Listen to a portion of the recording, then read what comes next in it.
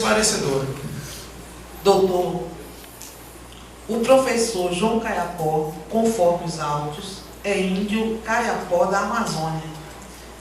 Ele não pertence à mesma etnia, uma vez que no país existem diversas tribos indígenas. Mas, meritíssima, ele citou aqui na primeira pergunta que não usa de violência, que invade, mas que não usa de violência. Então, a pergunta é totalmente esclarecedora. Ele falou o que acontece, não ele. É aí que está a questão, doutor. Não, ele não faz parte sem mais de pergunta, nenhuma tribo indígena da região. Sem mais pergunta, meritíssima. Senhores, alguma pergunta mais ao senhor professor? A promotoria quer interrogar.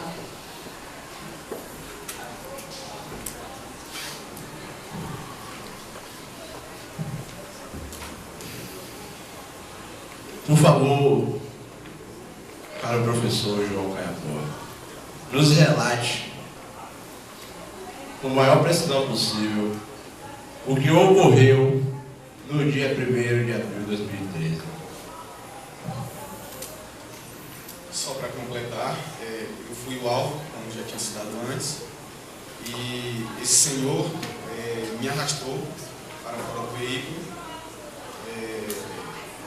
xingou, me falou várias palavras, baixo calão, e a todo momento perguntando se eu era índio. Eu disse a ele que sim, mas eu era Caiapó, que era da Amazônia, não tinha nada a ver com essa região, entendeu? E ele falando, mas você é amigo deles, entendeu? Você está preparado para morrer? E mandou que eu me virasse. Quando ele mandou que eu me virasse, eu ouvi o barulho, um gatilho, possivelmente um gatilho, entendeu? Atirando uma arma, possível arma. E que ele estava, na verdade, com uma arma em porta. Estava portando uma arma. Ao me virar, ele atirou. No que ele me atirou, um impacto fez com que eu caísse. E eu caí, fiquei quieto, sem reação nenhuma. E eu ouvi ele falando, corre que está morto.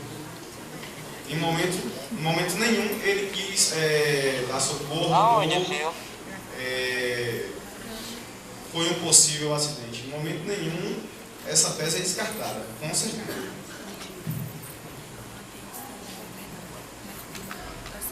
Os xingamentos e os atos de violência foram direcionados exclusivamente a você ou a todos os integrantes do carro? Só a mim, pois eles falavam que todos os índios eram vagabundos e ladrões, essas coisas. Você é capaz de reconhecer a pessoa que tentou contra a sua vida? Sim, já fez reconhecimento dele, sim. A defesa necessita algum esclarecimento? Pois não, doutor. Está aqui mesmo. Só queria saber se estava numa situação de conflito, uma região conflituosa, com bomba, com fogos, com vários manifestantes. Você conseguiu escutar o engatilhar de uma arma? Não era um conflito, era um protesto, entendeu? Não havia bombas, não havia tiros, coisa desse tipo não tinha como. Era uma gritaria, mas como ele me retirou do veículo e me levou para um lugar mais isolado, tinha sim como ouvir esse barulho que eu citei. Professor João Caiapó, muito obrigado, o senhor está dispensado. Ouvidas as testemunhas, o réu e a vítima, passemos então às arguições da promotoria e da defesa, iniciando-se pelo nobre promotor de justiça.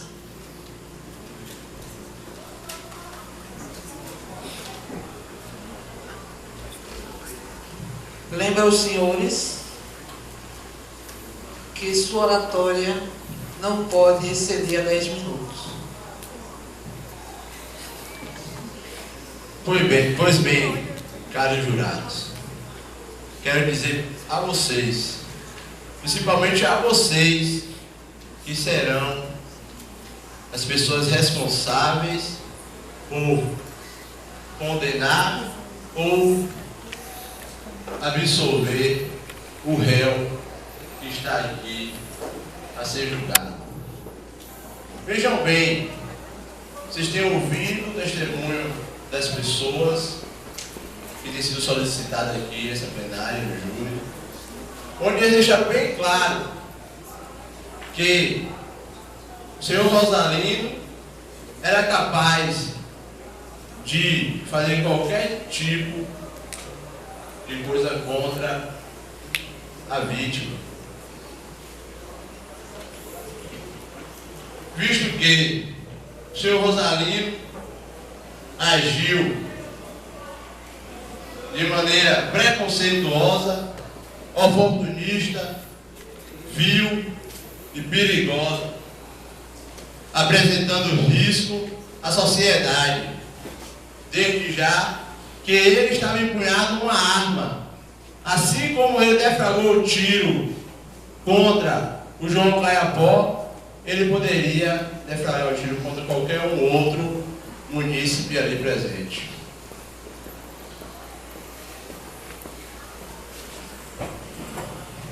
O réu, suspeito de homicídio triplamente qualificado por motivo fútil, torpe e preconceituoso, além de infringir nosso Código Penal, feriu um dos direitos mais respeitados e defendidos em todo o mundo, que é o direito à vida e à liberdade, salvaguardado no Brasil pelo artigo 5º da Constituição Federal, que diz: todos são iguais perante a lei, sem distinção de qualquer natureza, garantindo-se a inviolabilidade do direito à vida, à liberdade, à igualdade e à segurança.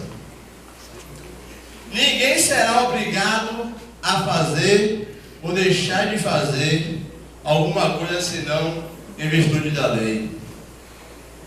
Então, no dia supracitado, o senhor Rosalino da Silva convocou seus trabalhadores e populares para bloquear a BR-101 ao avistar um carro do IFE baiano, do IFBA, que dentro do veículo tinha o professor João Caiapó, cidadão brasileiro com traços indígenas. Então, ao ver que tinha um índio dentro do veículo, o senhor Rosalino, como assim ele mesmo disse aqui para todos nós ouvirmos de forma nítida, que ao ver o índio dentro do carro, ele foi cometido de uma raiva, de uma ira, que o provocou a agir de maneira hostil, tentando contra a vida da vítima. Caracterizando injúria racial, porque deixou bem claro que se haviam 4 pessoas dentro do carro e o único a ser atingido, agredido, humilhado e violentado foi o professor João Caiapó. Nenhum outro. Não foi a professora Júlia, não foi o professor Rodrigo e nem o motorista. Visto que o responsável para tirá-lo daquele local seria o motorista, ele poderia tentar contra a vida do motorista, que era o responsável pela condução, mas não. Ele preferiu direcionar toda a sua raiva ao professor Caiapó, devido ao fato dele ter traços indígenas. Após espancá-lo com a própria arma, atingindo com coronhadas na cabeça e em todo o corpo, o algoz foi capaz de deflagrar tiro contra a vítima, visto que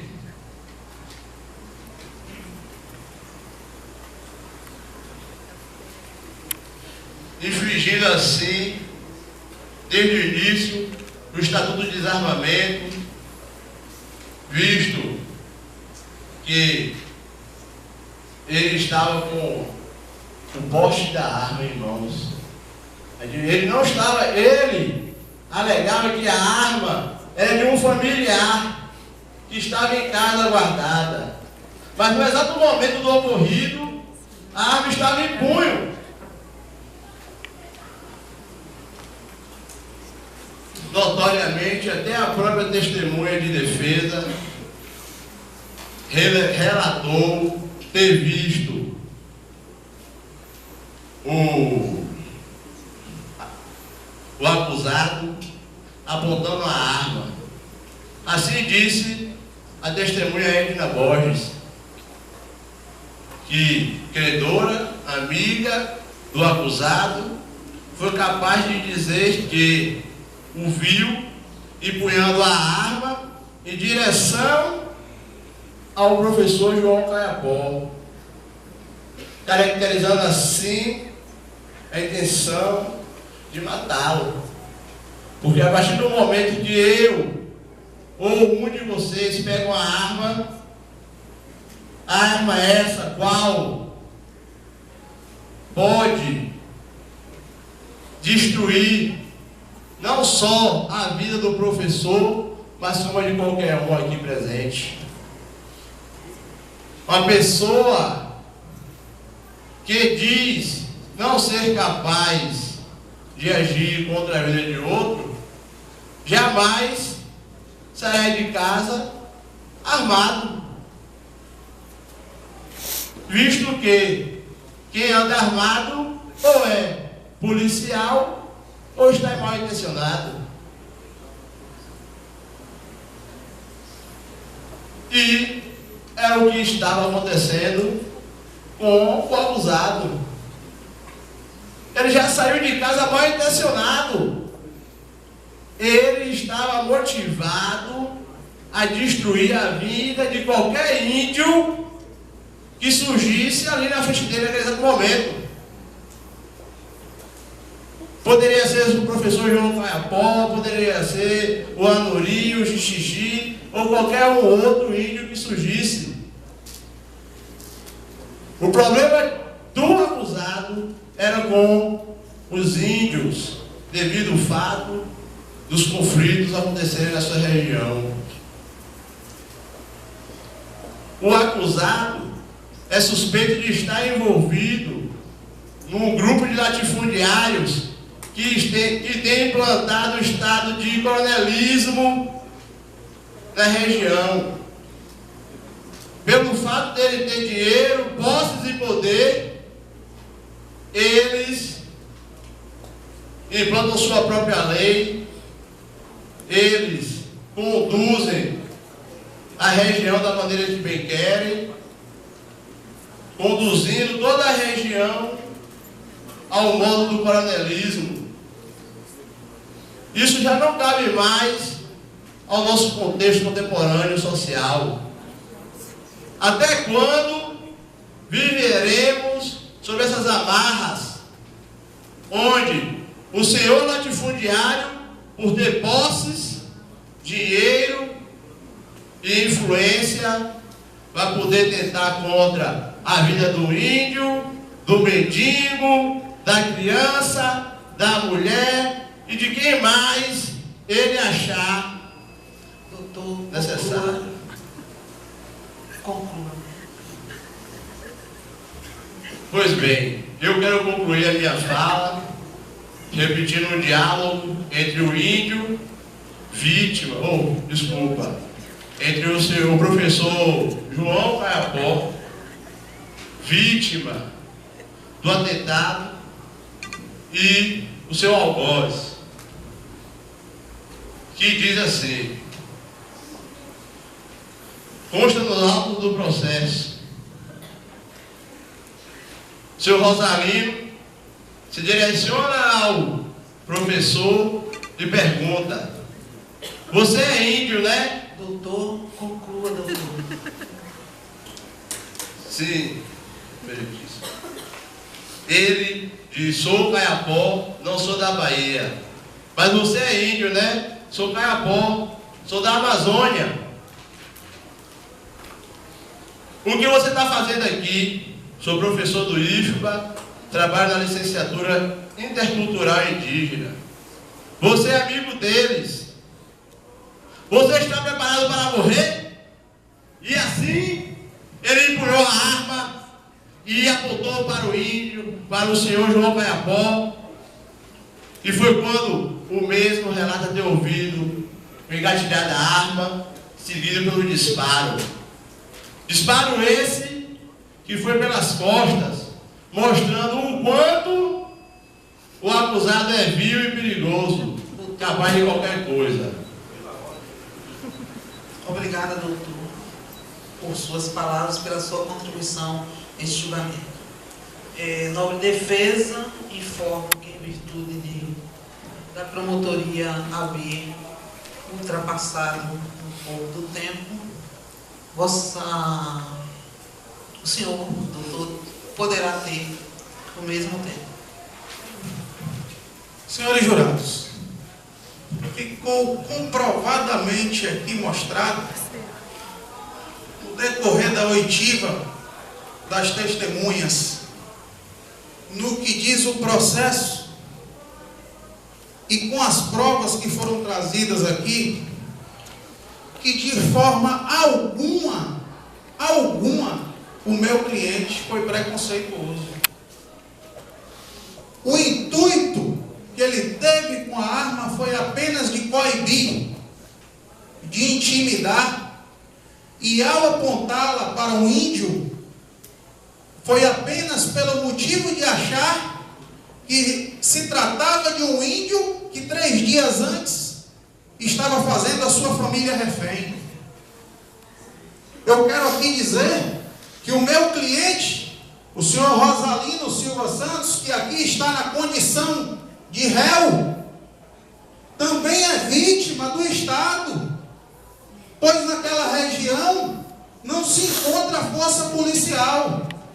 Como eu tenho prova aqui, através de fotos, que foi necessário vir a Força Nacional para resolver uma situação de conflito.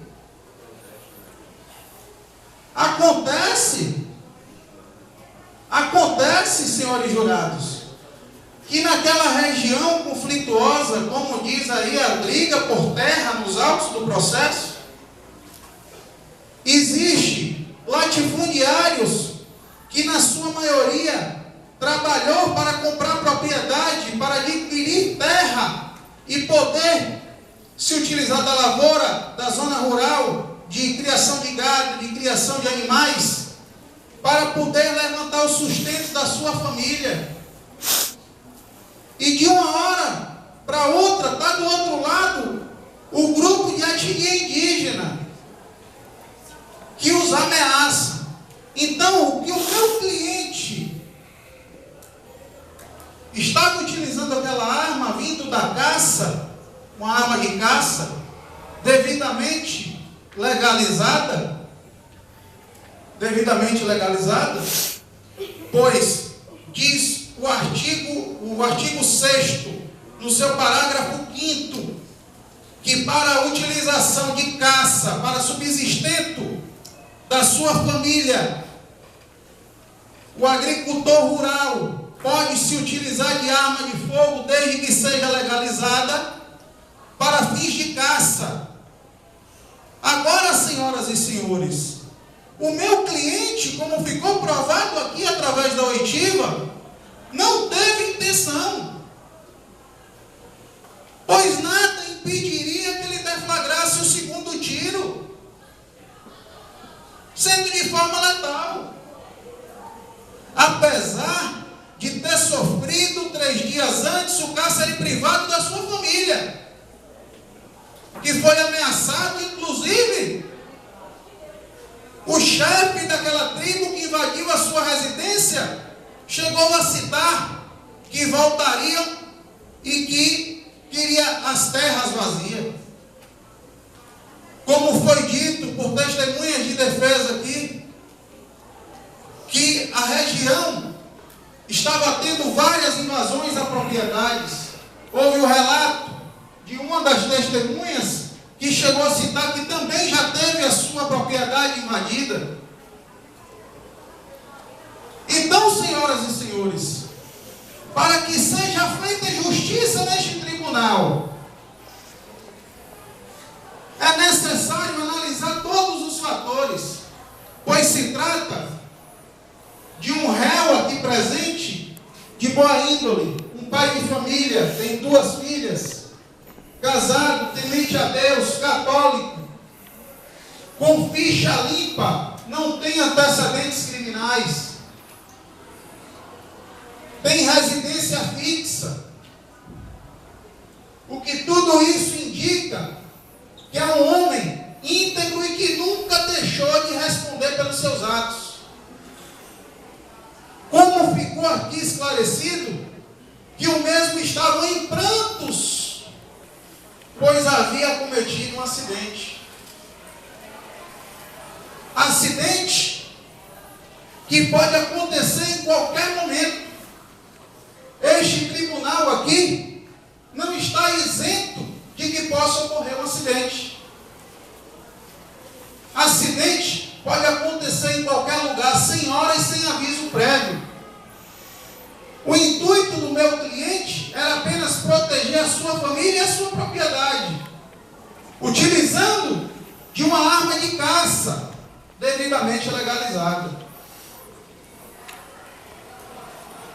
Para encerrar, sem mais delongas, eu espero que o corpo de jurados imparcial vote pela absolvição do meu cliente, tendo em vista que não houve crime e ficou provado aqui, pois poderia ter dado o segundo tiro se fosse realmente a intenção. Com relação ao racismo, o meu cliente não foi racista. Ele só se dirigiu ao índio que estava naquele veículo por ter sido 3 dias antes ameaçado por uma tribo indígena. Não vem escrito na camisa do índio que aqui está como vítima a qual tribo ele pertence. Após ser dito pelo índio que ele era da Amazônia, o meu cliente pede que vire-se e vai embora. Segundo o dicionário Aurélio Buarque de Holanda, vai embora quer dizer retire-se do local.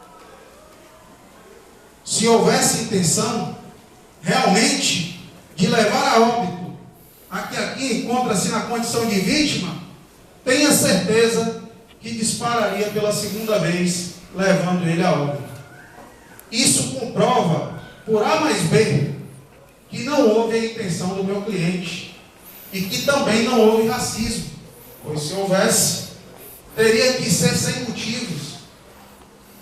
Não é só apenas você denegrir determinada pessoa de determinada etnia que comprova o racismo. O racismo vai muito mais além. Tem que ser sem motivo algum, por motivo torto. E na verdade, o meu cliente teve motivo, pois teve a sua família ameaçada. Por se tratar também de uma vítima do Estado, que deixa faltar segurança pública naquela redondeza que é a zona rural. Sem mais delongas, muito obrigado e acredito na absolvição do meu cliente. Muito obrigada. Feito os debates, vamos passar à votação em sala secreta. Informo os senhores que os quesitos de votação são baseados na materialidade do delito, na autoria do delito e na absolvição ou condenação, quesito genérico necessário na votação do conselho de sentença. Senhores, por favor, dirijam-se à sala de sentença. Senhor oficial de justiça, favor, conduzi-los e após colaborar na votação em sala secreta.